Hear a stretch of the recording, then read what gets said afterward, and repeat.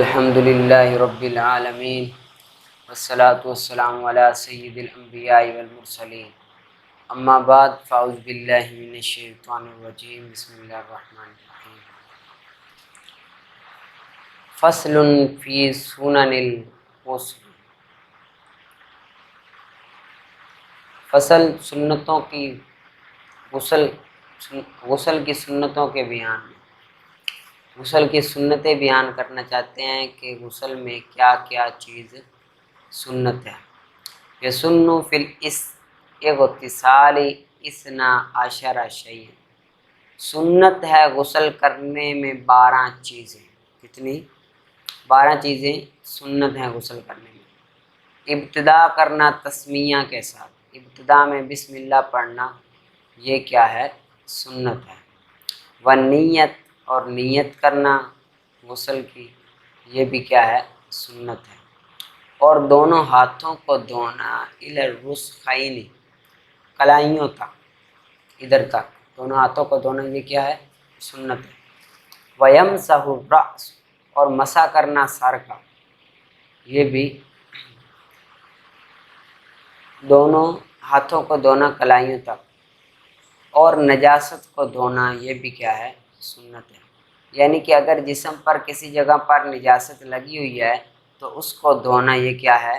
سنت ہے۔ لو کانت بانفرادھا، اگرچہ ہو منفرد طور پر، اگرچہ علیحدہ جسم کے حصے پر کہیں پر بھی علیحدہ نجاست لگی ہوئی ہے، اس کو دھونا کیا ہے؟ سنت ہے۔ نجاست کو دھوئے اگرچہ ہو منفرد طور پر، اور دھوئے اپنی فرج کو، اپنی شرمگاہ کو دھونا، یہ بھی کیا ہے؟ سنت ہے۔ پھر وضو کرے، یتودع، پھر وضو کرے، کا وضوئہ للصلاۃ، جس طرح کے وضو کیا جاتا ہے، للصلاۃ، نماز کے لیے، جس طرح نماز کے لیے وضو کیا جاتا ہے اسی طرح وضو کرنا، یہ کیا ہے؟ سنت ہے۔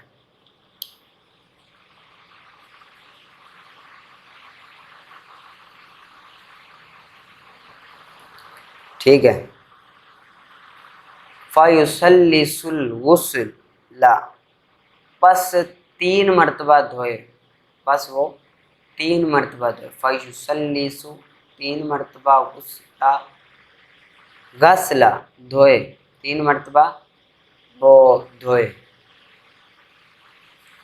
تمام اعضاء کو، یہ سنت ہے۔ اور مسح کرے سر کا، یہ سنت ہے۔ ولیکنہ، لیکن مؤخر کرے دونوں پاؤں کے دھونے میں، یعنی کہ وضو کرے، وضو کے بعد 3 مرتبہ پھر وہ دھوئے اور سر کا مسح بھی کرے، اور مؤخر کر دے اپنے دونوں پاؤں کو دھونے میں۔ ولیکنہ، لیکن مؤخر کرے اپنے دونوں پاؤں کو دھونے میں، یعنی کہ وضو تو کرے لیکن وضو میں پاؤں کو نہ دھوئے، ٹھیک ہے، پاؤں کو نہ دھوئے۔ ان کان یقف فی محل یجتمع فیہ الماء، اگر ہو ٹھہرا ایسی جگہ میں، یجتمع، جمع ہوتا ہو، فیہ، جس میں، ماء، پانی، یعنی کہ اگر ایسی جگہ پہ وہ کھڑا ہے غسل کرنے کے لیے جہاں پر پانی کھڑا ہوتا ہے، پانی کیا ہوتا ہے؟ کھڑا ہوتا ہے، تو اس لیے اسے چاہیے کہ وہ پاؤں نہ دھوئے، پاؤں نہ دھوئے، کیونکہ اس کے پاؤں کے دھونے کا کوئی فائدہ نہیں ہے۔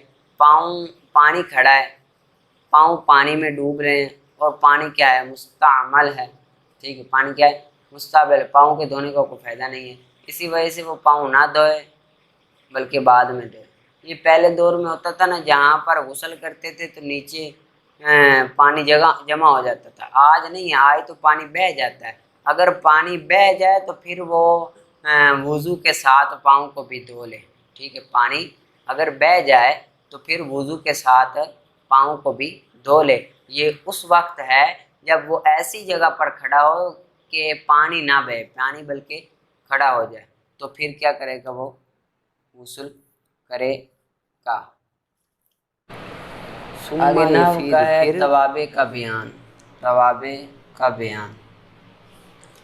توابع تابع کی جمع ہے، توابع اپنے بدن پر، تابع کی جمع ہے، اور تابع وہ دوسرا لفظ ہے، تابع وہ دوسرا لفظ ہے جسے پہلے لفظ کا اعراب دیا گیا ہو، جسے پہلے لفظ کا اعراب دیا گیا ہو، اور جہت بھی ایک ہو، اور جہت بھی ایک ہو،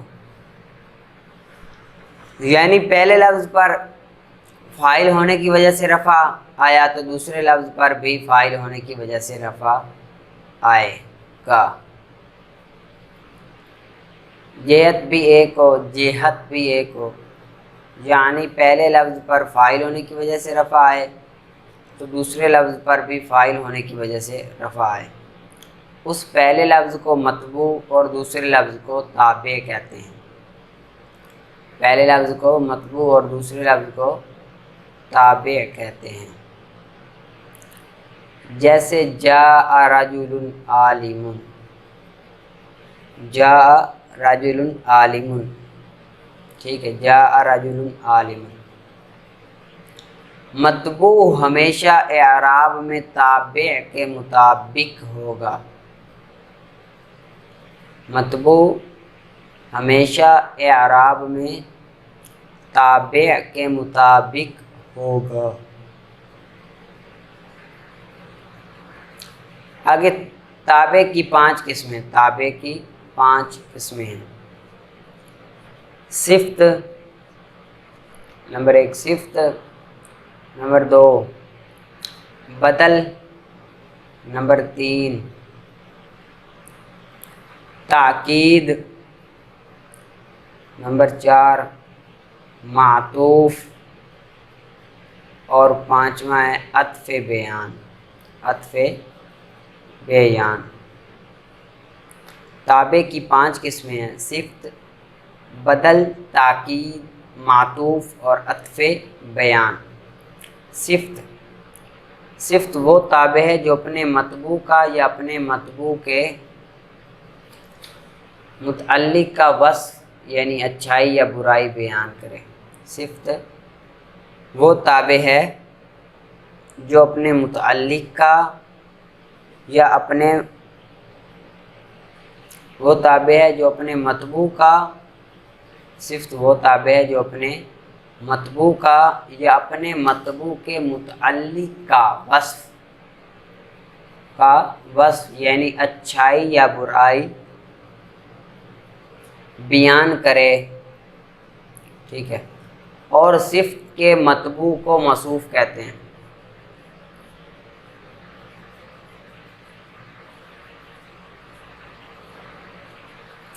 اور صفت کے متبوع کو موصوف کہتے ہیں، جیسے جاء رجل عالم، جاء رجل عالم۔ آگے پھر صفت کی 2 قسمیں، صفت کی 2 قسمیں ہیں، حقیقی سببی، حقیقی سببی۔ صفت کی 2 قسمیں ہیں، حقیقی سببی۔ جو صفت موصوف کا وصف بیان کرے اسے صفت حقیقی کہتے ہیں، جو صفت موصوف کا وصف بیان کرے اسے صفت حقیقی کہتے ہیں، اسے صفت حقیقی کہتے ہیں، اور جو صفت موصوف کے متعلق کا وصف بیان کرے اسے صفت سببی کہتے ہیں، اور جو صفت موصوف کے متعلق کا وصف بیان کرے اسے صفت سببی کہتے ہیں، ٹھیک ہے، جو صفت موصوف کے متعلق کا وصف بیان کرے اسے صفت سببی کہتے ہیں۔ صفت حقیقی میں 10 چیزوں کا موصوف کے مطابق ہونا ضروری ہے۔ صفت حقیقی میں 10 چیزوں کا موصوف کے مطابق ہونا ضروری ہے، جن میں سے 4 کا ایک وقت میں پایا جانا ضروری ہے، جن میں سے 4 کا ایک وقت میں پایا جانا ضروری ہے۔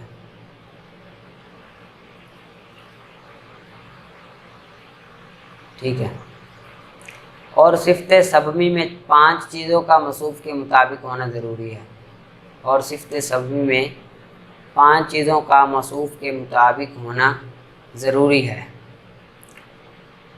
جن میں 2 کا ایک وقت میں پایا جانا ضروری ہے، جن میں 2 کا ایک وقت میں پایا جانا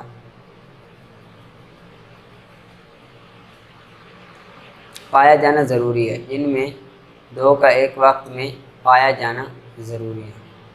رفع نصب جر، رفع نصب جر، تعریف و تنکیر، رفع نصب جر، تعریف و تنکیر، مذکر مؤنث، مذکر مؤنث، واحد تثنیہ جمع، واحد تثنیہ جمع، رفع نصب جر، تعریف و تنکیر، تعریف و تنکیر، مذکر مؤنث، واحد تثنیہ جمع۔ ٹھیک ہے، آگے ہے بدل۔ کیا ہے؟ بدل، جو تابع نسبت میں مقصود ہو، جو تابع نسبت میں مقصود ہو اور مطبوع محض تمہیداً ہو، اور مطبوع محض تمہیداً ہو، جو تابع نسبت میں مقصود ہو اور مطبوع محض تمہیداً ہو، اسے بدل اور اس کے مطبوع کو مبدل منہ کہتے ہیں، اسے بدل اور اس کے مطبوع کو مبدل منہ کہتے ہیں۔ تابع، جو تابع نسبت میں مقصود ہو اور مطبوع محض تمہیداً ہو، اسے بدل اور اس کے مطبوع کو مبدل منہ کہتے ہیں۔ بدل کا اعراب مبدل منہ کے مطابق ہوگا، بدل کا اعراب مبدل منہ کے مطابق ہوگا۔ ٹھیک ہے، بدل کی چار قسمیں، بدل کی چار قسمیں ہیں، بدل کی چار قسمیں ہیں۔ جو بدل مبدل منہ کا کل ہو اسے بدل کل کہتے ہیں، جو بدل مبدل منہ کا کل ہو اسے بدل کل کہتے ہیں۔ ٹھیک ہے، جو بدل مبدل منہ کا کل ہو اسے بدل کل کہتے ہیں، جیسے جاء زید اخوک، جاء زید اخوک۔ اور جو بدل مبدل منہ کا جز ہو اسے بدل بعض کہتے ہیں، جو بدل مبدل منہ کا جز ہو اسے بدل بعض کہتے ہیں، اسے بدل بعض کہتے ہیں، جیسے ضرب زید رأسہ، ضرب زید رأسہ، ضرب زید رأسہ۔ ٹھیک ہے، آگے جو بدل مبدل منہ کا متعلق دار ہو اسے بدل اشتمال کہتے ہیں، جو بدل مبدل منہ کا متعلق دار ہو اسے بدل اشتمال کہتے ہیں، جو بدل مبدل منہ کا متعلق دار ہو اسے بدل اشتمال کہتے ہیں، جیسے صلب زید ثوبہ، صلب زید ثوبہ، صلب زید ثوبہ۔ ٹھیک ہے، جو بدل غلطی کے ازالے کے لیے لایا گیا ہو اسے بدل غلط کہتے ہیں، جو بدل غلطی کے ازالے کے لیے لایا گیا ہو اسے بدل غلط کہتے ہیں، جو بدل غلطی کے ازالے کے لیے لایا گیا ہو اسے بدل غلط کہتے ہیں، جو بدل غلطی کے ازالے کے لیے لایا گیا ہو اسے بدل غلط کہتے ہیں، جیسے جاء زید بکر، جاء زید بکر۔ بدل جہاں بھی ہو وہاں پر سوال ہوگا کہ کون سا بدل ہے، بدل جہاں بھی ہو وہاں پر سوال ہوگا کہ یہاں پر کون سا بدل ہے۔ ٹھیک ہے، آپ نے اس کو اچھی طرح سے یاد کرنا ہے۔ آگے قواعد کا، قواعد کا ہے ما ولا مشابہ بلیسا کے قواعد، ما ولا مشابہ بلیسا کے قواعد۔ قاعدہ نمبر 1، قاعدہ نمبر 1، ما اور لا مشبہ بلیسا کے اسم اور خبر کے پہچان کے قواعد مبتدا اور خبر والے ہیں۔ ما اور لا مشابہ بلیسا کے اسم اور خبر کے پہچان کے قواعد مبتدا اور خبر والے ہیں۔ ٹھیک ہے، ما اور لا مشابہ بلیسا کے اسم اور خبر کے پہچان کے قواعد مبتدا اور خبر والے ہیں. ٹھیک ہے. آگے قاعدہ نمبر 2. قاعدہ نمبر 2، ما کا اسم کبھی معرفہ ہوتا ہے کبھی نکرہ ہوتا ہے. ما کا اسم کبھی معرفہ ہوتا ہے کبھی نکرہ ہوتا ہے، اور لا کا اسم ہمیشہ نکرہ ہوتا ہے، اور لا کا اسم ہمیشہ نکرہ ہوتا ہے. ما کا اسم کبھی معرفہ ہوتا ہے کبھی نکرہ ہوتا ہے، اور لا کا اسم ہمیشہ نکرہ ہوتا ہے. قاعدہ نمبر 3، ما مشابہ بلیسا کی خبر اسم پر مقدم ہو جائے. ما مشابہ بلیسا کی خبر اسم پر مقدم ہو جائے یا اسم اور خبر کے درمیان ان نافیہ یا الا آ جائے. ما مشابہ بلیسا کی خبر اسم پر مقدم ہو جائے یا اسم اور خبر کے درمیان ان نافیہ یا الا آ جائے، ان نافیہ یا الا آ جائے تو ما کا عمل باطل ہو جائے گا، تو ما کا عمل باطل ہو جائے گا، اور دونوں مرفوع ہوں گے مبتدا اور خبر ہونے کی وجہ سے، اور دونوں مرفوع ہو گئے مبتدا اور خبر ہونے کی وجہ سے، اور دونوں مرفوع ہوں گے مبتدا اور خبر ہونے کی وجہ سے. جیسے ما قائم زید، ما قائم زید، ما زید ان قائم، ما زید ان قائم، ما زید الا قائم، ما زید الا قائم.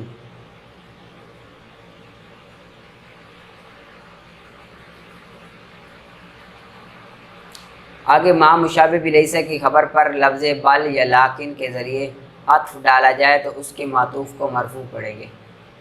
ما مشابہ بلیسا کی خبر پر لفظ بل یا لاکن کے ذریعے عطف ڈالا جائے تو اس کے معطوف کو مرفوع پڑھیں گے، تو اس کے معطوف کو مرفوع پڑھیں گے. جیسے ما زید قائم بل قائد، ما زید قائم بل قائد. ٹھیک ہے. ما زید قائم بل قائد.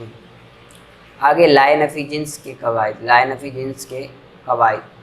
قاعدہ نمبر 1، قاعدہ نمبر 1، لائے نفی جنس کی خبر ہمیشہ مرفوع ہوگی، لائے نفی جنس کی خبر ہمیشہ مرفوع ہوگی، اور اس کے اسم کو دیکھیں گے کہ معرفہ ہے کہ نکرہ، اور اس کے اسم کو دیکھیں گے معرفہ ہے کہ نکرہ. اگر معرفہ ہے تو اس لا کا دوسرے معرفہ کے ساتھ تکرار لازم ہوگا، اس لا کا دوسرے معرفہ کے ساتھ تکرار لازم ہوگا، اور وہ لا ملغا ہوگا، اور وہ لا ملغا ہوگا یعنی عمل نہیں کرے گا، اور وہ لا ملغا ہوگا یعنی عمل نہیں کرے گا. اور معرفہ مرفوع ہوگا مبتدا ہونے کی وجہ سے، اور معرفہ مرفوع ہوگا مبتدا ہونے کی وجہ سے. جیسے لا زید عندی ولا عمرو، لا زید عندی ولا عمرو. اگر نکرہ ہوگا تو دیکھیں گے مضاف ہے یا مشابہ مضاف، اگر نکرہ ہوگا تو دیکھیں گے مضاف ہے یا مشابہ مضاف، مضاف ہے یا مشابہ مضاف. اگر مضاف یا مشابہ مضاف ہو تو منصوب پڑھیں گے، مضاف یا مشابہ مضاف ہو تو منصوب پڑھیں گے. مضاف جیسے لا غلام رجل ظریف فی الدار، لا غلام رجل ظریف فی الدار. مشابہ مضاف جیسے لا 20 درہم لک، لا 20 درہم لک. ٹھیک ہے. اگر نکرہ مفرد ہے تو دیکھیں گے، اگر نکرہ مفرد ہے تو دیکھیں گے لا اور اسم کے درمیان فاصلہ ہے کہ نہیں، لا اور اسم کے درمیان فاصلہ ہے کہ نہیں. اگر فاصلہ ہے تو رفع کا دوسرے اسم کے ساتھ تکرار لازم ہوگا، اگر فاصلہ ہے تو رفع کا دوسرے اسم کے ساتھ تکرار لازم ہوگا. جیسے لا فیہما رجل ولا امرأۃ، لا فیہما رجل ولا امرأۃ. اگر فاصلہ نہیں تو نکرہ کو مبنی پر فتح پڑھیں گے، اگر فاصلہ نہیں تو نکرہ کو مبنی پر فتح پڑھیں گے.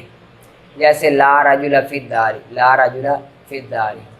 اگر نکرہ تکرار کے ساتھ ہو تو اس میں 5 صورتیں جائز ہیں، اگر نکرہ تکرار کے ساتھ ہو تو اس میں 5 صورتیں جائز ہیں. جیسے لا حول ولا قوۃ الا باللہ، لا حول ولا قوۃ الا باللہ، لا حول ولا قوۃ الا باللہ. ٹھیک ہے.